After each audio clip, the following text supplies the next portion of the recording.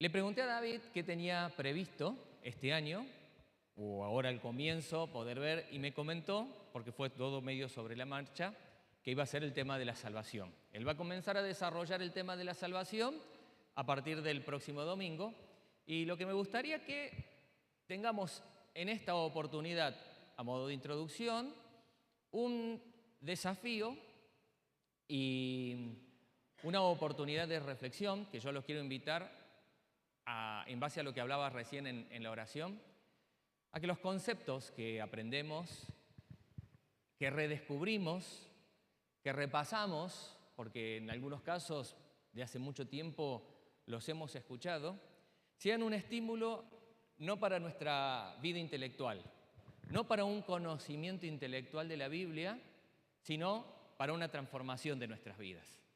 Pecamos a veces en una práctica de llevar a nuestra mente conceptos, ideas, preceptos y ser selectivos por cuestiones emocionales, por cuestiones de que esto no es para mí o porque yo no puedo o que esto es para el otro, en aquellas cosas que aplicamos a nuestra vida. Y la Biblia, hablando de sí misma, dice que toda escritura, que toda la palabra de Dios, ¿sí?, es inspirada por Dios con un propósito. Y ese propósito es transformar nuestra vida, entrar hasta lo más profundo como una espada y cambiar nuestra vida, transformar nuestra vida, motivarnos a que aquellas cosas que necesitan transformación, aquellas cosas que necesitan consuelo, aquellas cosas que necesitan corrección, sean por medio de la palabra de Dios una oportunidad de experimentarlo. Vivimos en un mundo natural. Lo intelectual es natural. Somos seres humanos dotados de cabeza, de cerebro, que Dios nos ha dotado la capacidad, de diferencia de los animales, de razonar, de tener la capacidad de relacionarnos, de estudiar, de decidir. Pero la palabra de Dios trasciende lo natural y es espiritual y es sobrenatural. Y nos lleva a esa fase y esa esfera donde nosotros ya nos conectamos con Dios a hacer una experiencia en nuestra vida de una manera poderosa. Yo acá puse unos versículos que brevemente los vamos a leer y los vamos a tomar para la reflexión de esta mañana a modo de introducción de lo que vamos a ver. Les pido que algunos ya lo tengan, de tal manera que lo podamos hacer dinámico y podamos leerlo y podamos, en base a ellos, llegar a algunas conclusiones importantes. Hace unos domingos atrás tuve una oportunidad de compartir una reflexión acerca de la fe y de la salvación y utilicé como una ilustración una vieja canción que cantábamos en la escuela dominical hace muchos años y yo sé que se cantaba de años anteriores, que decía: «O subid pronto al tren de la salvación que al cielo nos llevará». Tratemos de pensar en canciones o en himnos que tienen expresiones acerca de la salvación. ¿Cuál otro se acuerdan? Piensen en canciones, himnos, coritos que hablan acerca de la salvación. De manera a este mundo amó que a su Hijo Cristo se lo entregó, para que cualquiera que confiare en Él vida eterna tenga en vez de perdición. Muy bien. ¿Alguno se acordaba de ese himno? ¿De ese coro? ¿De ese corito? ¿No? ¿Qué otra canción se acuerdan? ¿Qué otro himno se acuerdan que habla acerca de la salvación? Soy salvado del abismo, con Jesús al cielo voy y confieso por bautismo que del mundo ya no soy. Muy bien, Leo, gracias. Un himno que se cantaba en los momentos de bautismo de la iglesia. ¿Algún otro? No importa. El camino al cielo es Cristo Jesús.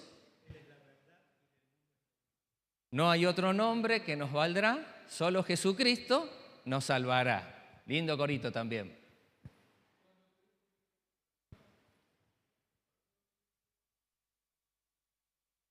Mi vida entera cambió. Es verdad. Y sigue hablando acerca de la salvación. ¿Se acuerdan de algún otro?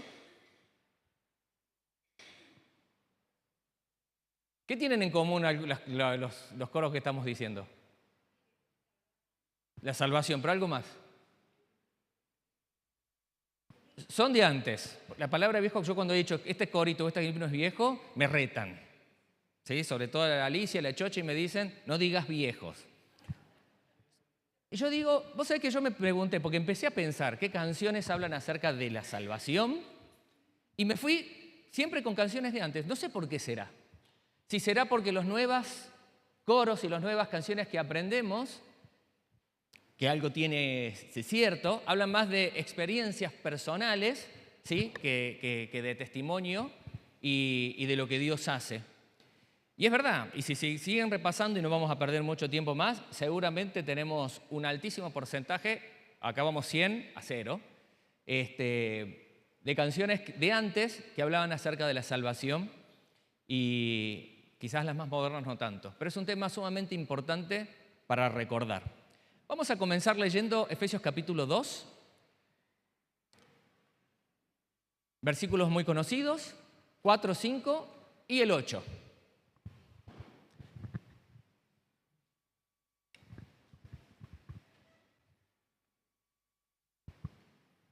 Javi, ¿me podés abrir el amarillo? ¿Quién puede leerlo con fuerza, por favor? Así le doy el micrófono. Vayamos dinámicos. ¿Marito? ¿Puede ser? Colosenses. ¿Quién tiene el de Efesios? Anita. 2, 4, 5 y 8.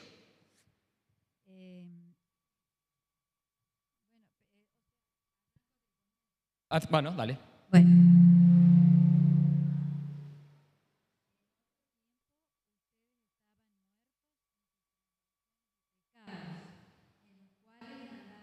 Conforme a los poderes. Debe ser por el parlante. Andaban conforme a los poderes de Dios, se conducían según el que gobierna las tierras, según el Espíritu que ahora ejerce su poder en los que viven en la desobediencia. En este tiempo también todos nosotros vivíamos como ellos, impulsados por nuestros deseos pecaminosos, siguiendo nuestra propia voluntad y nuestros propios propósitos. Como los demás, éramos por naturaleza objeto de la ira de Dios. Pero Dios, que es rico en misericordia por su gran amor por nosotros, nos dio vida con Cristo aun cuando estábamos muertos en pecado.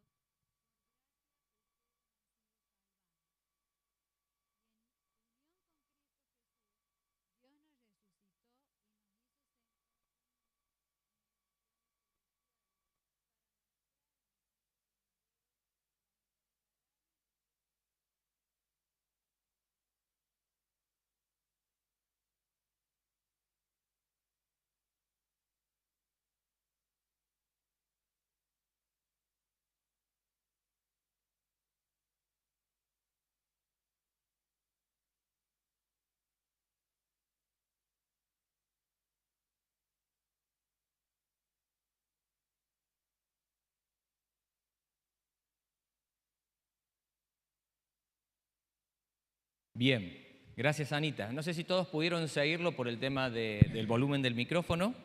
Quería hacer hincapié en los versículos 4 y 5. Dice que Dios, que es rico en misericordia, por su gran amor con que nos amó, estando nosotros muertos en pecado, nos dio vida juntamente con Jesús, con Cristo, por gracia somos salvos. Y el versículo 8 dice, porque por gracia sois salvos por medio de la fe, y esto es de vosotros, pues es un don de Dios, no por obras, para que nadie se gloríe. Cuando hemos leído este versículo muchas veces, hemos comparado y decir que no somos salvos por obras, sino salvos por fe. Y el contraste en este versículo es que no somos salvos por obras, sino que somos salvos por gracia, por medio de la fe. No es fe versus obras, sino es gracia versus obras. Y es la gracia de Dios la que nos salvó. Gracia significa que es algo que se da, que se regala sin que lo merezcamos. Y es lo que Dios nos ha ofrecido.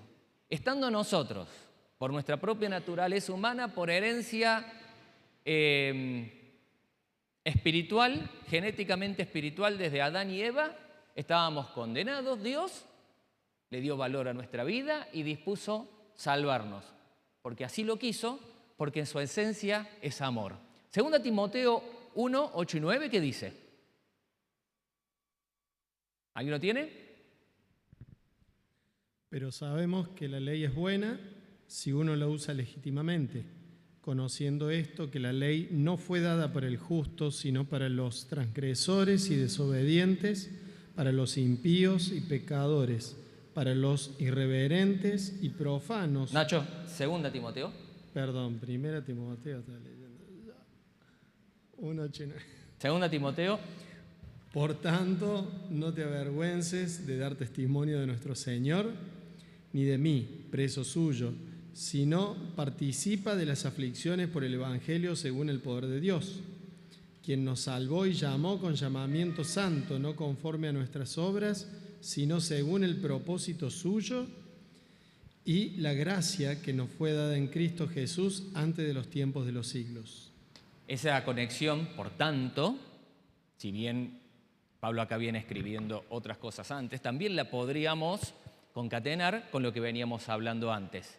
Si somos salvos, como consecuencia de lo que viene diciendo, si somos salvos por gracia, si somos salvos por un amor, por un propósito que Dios nos dio, ¿sí? No tenemos que avergonzarnos de dar testimonio de nuestro Señor. Si fuiste amado por Dios, si Dios te salvó, si Dios te dio un valor que nadie te da, si Dios le dio propósito a tu vida, si Dios te dio la oportunidad de experimentar algo que jamás nada en este mundo te iba a poder otorgar, no te avergonces, no lo escondas, no lo disimules, no trates de quedar bien con una sociedad que quizás te puede llegar a juzgar por eso. Sin embargo, siendo que somos tan valiosos para Dios y fue algo tan costoso para Él rescatar y salvarnos, tendemos a esconderlo, tendemos a ocultarlo, a disimularlo, a guardárnoslo como si fuera algo muy propio y personal, cuando en este caso Pablo le está diciendo a Timoteo, Timoteo, vamos para adelante, y esto no es para que te lo guardes, esto no es para que lo escondas, esto es para compartirlo. Y no solamente eso, sino también dice, participa de las aflicciones por el Evangelio según el poder de Dios. Hay iglesias donde se enseña que si vos te acercás a Dios, todos los problemas se te van a ir. Acércate a Dios porque Jesús te va a solucionar todos los problemas. Estoy diciéndolo en un término bastante burdo, pero es lo que se suele implícitamente decir. Onda, vení y negocia con Dios. Hasta en algunos lados hasta se pide plata. Pero te dicen que si vos lo vas a buscar a Dios, todos tus problemas se van a solucionar. Cuando vas a la palabra de Dios, te dice todo lo contrario. Te habla acerca de lo que Dios puede hacer en tu vida en medio de las dificultades, en medio de las aflicciones, de los problemas que podemos llegar a tener y que no te va a dejar solo. Y acá Pablo le está diciendo a Timoteo, participa de las aflicciones por el Evangelio según el poder de Dios. En esas aflicciones podríamos hablar y desglosar un montón de cosas, pero la salvación y lo que Dios te quiere dar por medio de Jesús va más allá de lo que vos considerás un peso o un problema cotidiano. Te mirás a veces en el espejo y no te gusta cómo sos. Mirás tu familia o mirás tu historia y no te gusta lo que viviste o lo que estás pasando. Mirás tu contexto socioeconómico y realmente te lamentás. Y pensás que Dios, cuando te quiere ayudar, quiere transformar todas esas cosas para ponerte en una mansión y quitarte todos los problemas y vivir en paz por siempre. La salvación de Dios es mucho más trascendente de que cualquier cuestión física, emocional o económica. Por eso el Señor Jesús dijo, busquen primero el reino de Dios y su justicia. Todo lo demás después va a venir, pero de acuerdo a la voluntad y el propósito que Dios tenga con nosotros. Avancemos. Tito capítulo 3, Versículo 4 y 5, es otro versículo muy conocido respecto al tema de la salvación. Sin embargo, cuando Dios nuestro Salvador dio a conocer su bondad y amor, Él nos salvó, no por las acciones justas que nosotros habíamos hecho, sino por su misericordia. Nos lavó quitando nuestros pecados y nos dio un nuevo nacimiento y vida nueva por medio del Espíritu Santo. Hay tres cosas que el ser humano necesita en su vida responder, vamos a decir así. Una es la identidad. ¿Quién soy? ¿Quién soy? Segundo, propósito. ¿Para qué vivo? ¿Para qué existo? ¿Por qué pasan las cosas que pasan? Y la otra es, entre un par más,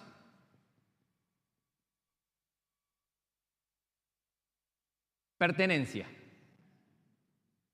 Por eso es tan importante la familia, por eso es tan importante el ámbito social, por eso es tan importante la iglesia. ¿A dónde pertenezco? Por eso cuando se formaron en los años 1800 las naciones, tal como se las conoce hoy en día, y fueron forjando una bandera, y fueron forjando un himno nacional, es por una necesidad de las personas de tener pertenencia a algo. Un club de fútbol te identifica con un escudo, se identifica con una camiseta, con unos colores, con un sobrenombre. Y cuando nos sentimos que pertenecemos a algo, que pertenecemos a un club, a una sociedad, a un entorno, a un grupo de amigos, como que nos sentimos un poquitito más valorados y más útiles, contenidos, acobijados. El ser humano necesita siempre responder quién somos, para qué estamos y a quién pertenecemos. En estos versículos que leíamos y sobre todo en este de Tito, encontramos esas respuestas por parte de Dios. Dios por medio de Jesús vino a responder estas inquietudes tan básicas y que por medio de la salvación nosotros la podemos encontrar en Él, en Jesús. Colosenses capítulo 1, versículo 13 y 14, ¿qué dice? Todo el reino de la oscuridad y nos trasladó al reino de su Hijo amado, quien compró nuestra libertad y perdonó nuestros pecados. Démelo de nuevo un poquito más tranquilo. Pues Él nos rescató del reino de la oscuridad y nos trasladó al reino de su Hijo amado, quien compró nuestra libertad y perdonó nuestros pecados. Si yo les pregunto a ustedes, ¿de qué nos salvó Dios? Porque ahora estamos hablando de la salvación. ¿Qué respondemos? ¿De qué nos salvó Dios? De la condenación eterna. ¿Y eso en cordobés qué sería, Héctor? De irnos al infierno, sí, de cuando la vida se termina aquí en la tierra, espiritualmente, la Biblia dice que hay dos destinos, o la presencia de Dios en el cielo, o la condenación en el infierno que está preparado para el enemigo de Dios, para Satanás. Entonces, una de las premisas, uno de los puntos, que Héctor dice que Dios nos salvó de ir al infierno. ¿Qué más? ¿De qué más nos salvó Dios? A ver, Chela me está diciendo algo y vamos. De ir a una, es horrendo, a una eternidad del infierno, de mucho dolor que nosotros ni captamos en este mundo. Yo no sé si es porque yo estoy vieja ahora, es cuando pasa alguien a la eternidad, lo primero que yo me pregunto, ¿a dónde va? ¿Somos capaces de predicar lo que hace falta para que la gente por lo menos conozca? Aunque el Señor dice que en su palabra, que nunca, que todos van a dar cuenta, pero aquel que diga, yo no escuché nunca de la palabra de Dios, no va a ser cierto, porque Dios le va a dar oportunidad. Y además, vivir con Cristo en este mundo es saber que uno está acompañado, totalmente acompañado. No nos prometen ni riqueza, ni que no nos vamos a enfermar, ni que no nos vamos a sufrir separaciones. pero sí nos promete que vamos a estar con Él acompañados y que nos va a proveer siempre de lo necesario, no de lo que nos parece a nosotros necesario, sino de lo que Él cree y sabe que nos hace bien. Gracias, Chela. Tiene relación con lo que dijo Héctor y con lo que me estaba diciendo Nahuel y Hernán. ¿Qué es lo que era? No solamente la condenación del pecado, sino que mientras Él está con nosotros, acompañándonos, ¿nos salva de qué más? Del poder del pecado. Yo les voy a leer una frasecita, una expresión de un libro que hace unos años lo utilicé también como una ilustración para ir cerrando y transmitir esta importante verdad. Porque cuando hemos aprendido de la salvación, y quiero repetir algo que supe decir en una oportunidad, creemos que la salvación es un ticket, un boleto para ir al cielo y mientras tanto espero. Y espero, bueno, a los tumbos. Y espero así como soy. Y espero, y bueno, con todos los líos que tengo. Y con los problemas que tengo y con los pecados que tengo. Y empezamos a vivir a los tumbos, viviéndola como a nosotros nos parece. Dice Neil Anderson en un libro que habla acerca de la libertad y la salvación, la esclavitud de los Estados Unidos, de Norteamérica, fue abolida por la 13ª enmienda el 18 de diciembre de 1865. ¿Cuántos esclavos había el 19 de diciembre? En realidad, ninguno. Pero muchos siguieron viviendo como esclavos. Otros siguieron esclavos porque nunca supieron la verdad. Otros lo supieron y hasta cuando creyeron que en realidad eran libres, optaron por seguir viviendo como habían sido siempre enseñados, como esclavos. Después de que se dictaminó que no iba a existir más la esclavitud en los Estados Unidos, hubo gente que no se enteró que era libre y siguió siendo esclavo. Otros, hasta que se enteraron que ya eran libres, siguieron siendo esclavos. Y otros, sabiendo que eran libres, siguieron viviendo como esclavos porque toda su vida lo único que supieron ser fue ser esclavos. Muchos propietarios de plantaciones se devastaron con esta proclama de la emancipación. Estamos arruinados. La esclavitud ha sido abolida. Hemos perdido la batalla para conservar nuestros esclavos. Pero si su principal vocero respondió astutamente, no necesariamente. En la medida que esta gente piense que sigue siendo esclavo, la proclamación de la independencia no va a tener un efecto práctico. Vos ya no tenés más derecho legal con ellos, pero muchos no lo saben. Y piden que tus esclavos sepan la verdad y tu control de ellos ni siquiera será objetado. Pero ¿qué va a pasar si la noticia se difunde? No caigas en pánico. Tenemos otra bala en nuestro revólver. Puede que no podamos impedirle que oigan la noticia, pero todavía podemos evitar que la entiendan. No me dicen padre de la mentira por nada. Aún tenemos la posibilidad de engañar a todo el mundo. Tan solo dicen que entendieron mal. Decirles que van a ser libres, pero ya no son libres. Pero ellos van a esperar que digan eso y no me van a creer. Entonces, escoge unas personas persuasivas que estén convencidas que aún son esclavos y diles que ellos hablen por ti. Ya está. Gracias. ¿Ya terminó? Recuerda, la mayoría de la gente recién libertada nació esclava y ha vivido esclava toda su vida. Nosotros hemos sido libertados de la condenación del pecado, de ir al infierno, pero hemos sido también libertados por medio de la sangre de Jesús del poder del pecado en nosotros.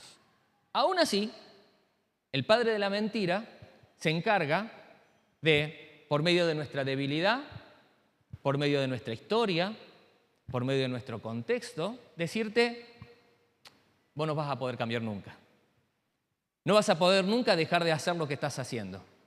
Ya estás condenado. Tu historia te condena. No, con eso que hiciste, con eso que te hicieron, esas heridas no van a sanar nunca y nos creemos esa mentira. Y esa salvación maravillosa que Dios nos provee por parte de Jesús, para que tenga un efecto poderoso, no solamente cuando nos muramos, que quién sabe cuándo va a ser, lo podemos experimentar hoy en nuestra vida acá. Por eso es tan maravillosa la experiencia espiritual de la salvación en Cristo Jesús. Porque trasciende la eternidad y te traslada a que la experimentes hoy de una manera especial. Terminamos. 1 Juan 3:8. Yo te nombro 1 Juan 10:10, que ya lo conoces de memoria. El ladrón no vino sino para robar, matar y destruir, pero yo vine para que tengan vida, pero la tengan en abundancia. Y 1 Juan 3:8, ¿qué dice? ¿Alguien la tiene ahí?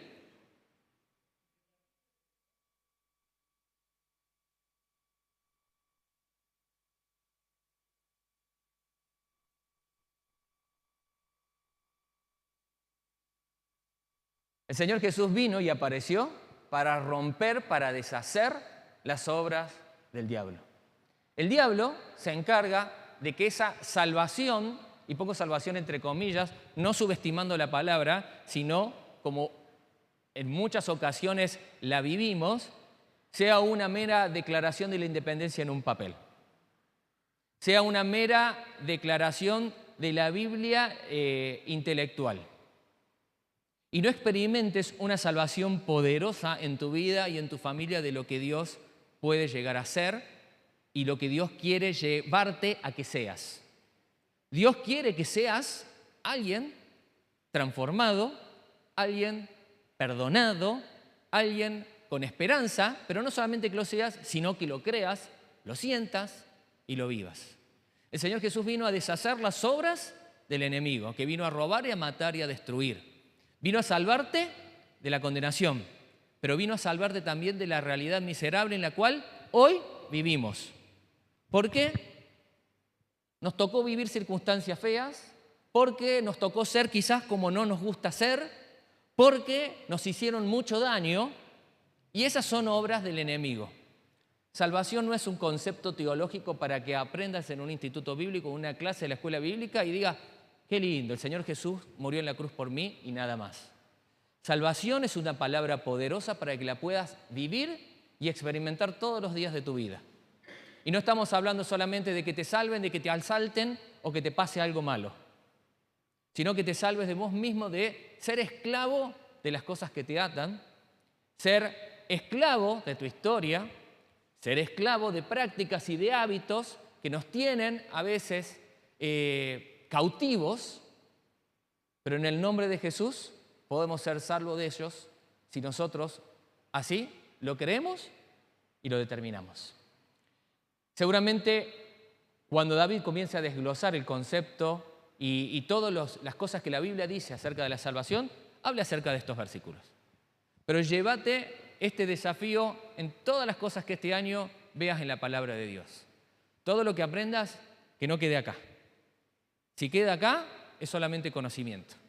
Y el conocimiento lo único que hace es envanecernos. Sé mucho. Cuando el conocimiento lo trasladamos al corazón, cuando el conocimiento lo trasladamos decididamente a practicarlo, ahí comienza el proceso de transformación de nuestra vida, encaminados a lo que el Señor nos quiere llevar a hacer. Que el Señor les bendiga. Gracias por aguantarme este ratito. Que puedan disfrutar un lindo domingo. No nos olvidemos de orar por David para que pueda estar el domingo que viene y pueda seguir con el tema. ¿Sí? ¿Oramos? Gracias, nuestro Dios, por esta mañana una vez más y por tu palabra. Gracias, Señor, porque sabemos que es poderosa. Y gracias, Señor, porque nos das la posibilidad de interpretar y entender por medio de lo que el Espíritu Santo nos quiere mostrar cuál es el propósito por lo cual esto quedó escrito. Los destinatarios eran varios porque eran distintas cartas, distintos escritos, hasta distintos autores. Pero vos tenías un propósito con todas estas expresiones, con un sin embargo, con un mientras tanto. Vos fuiste encadenando cada expresión con el propósito de que entendamos que tu salvación es mucho, pero mucho, pero mucho más grande de lo que a veces imaginamos y practicamos. Ayúdanos a valorar esa salvación y ayúdanos, Señor, también a cuidarla, porque es algo valioso. No porque la podamos perder, sino porque al ser tan valiosa, tenemos que vivir conforme a esa experiencia maravillosa que nos hiciste vivir. Te pido por cada uno de nosotros, por cada traslado a nuestras casas, por todo lo que hagamos el día de hoy y por esta semana, para que nos guardes, para que nos protejas y por sobre todas las cosas, para que podamos disfrutar de esa salvación hermosa que nos diste en Jesús. En su nombre oramos, Señor. Amén. Que el Señor les bendiga.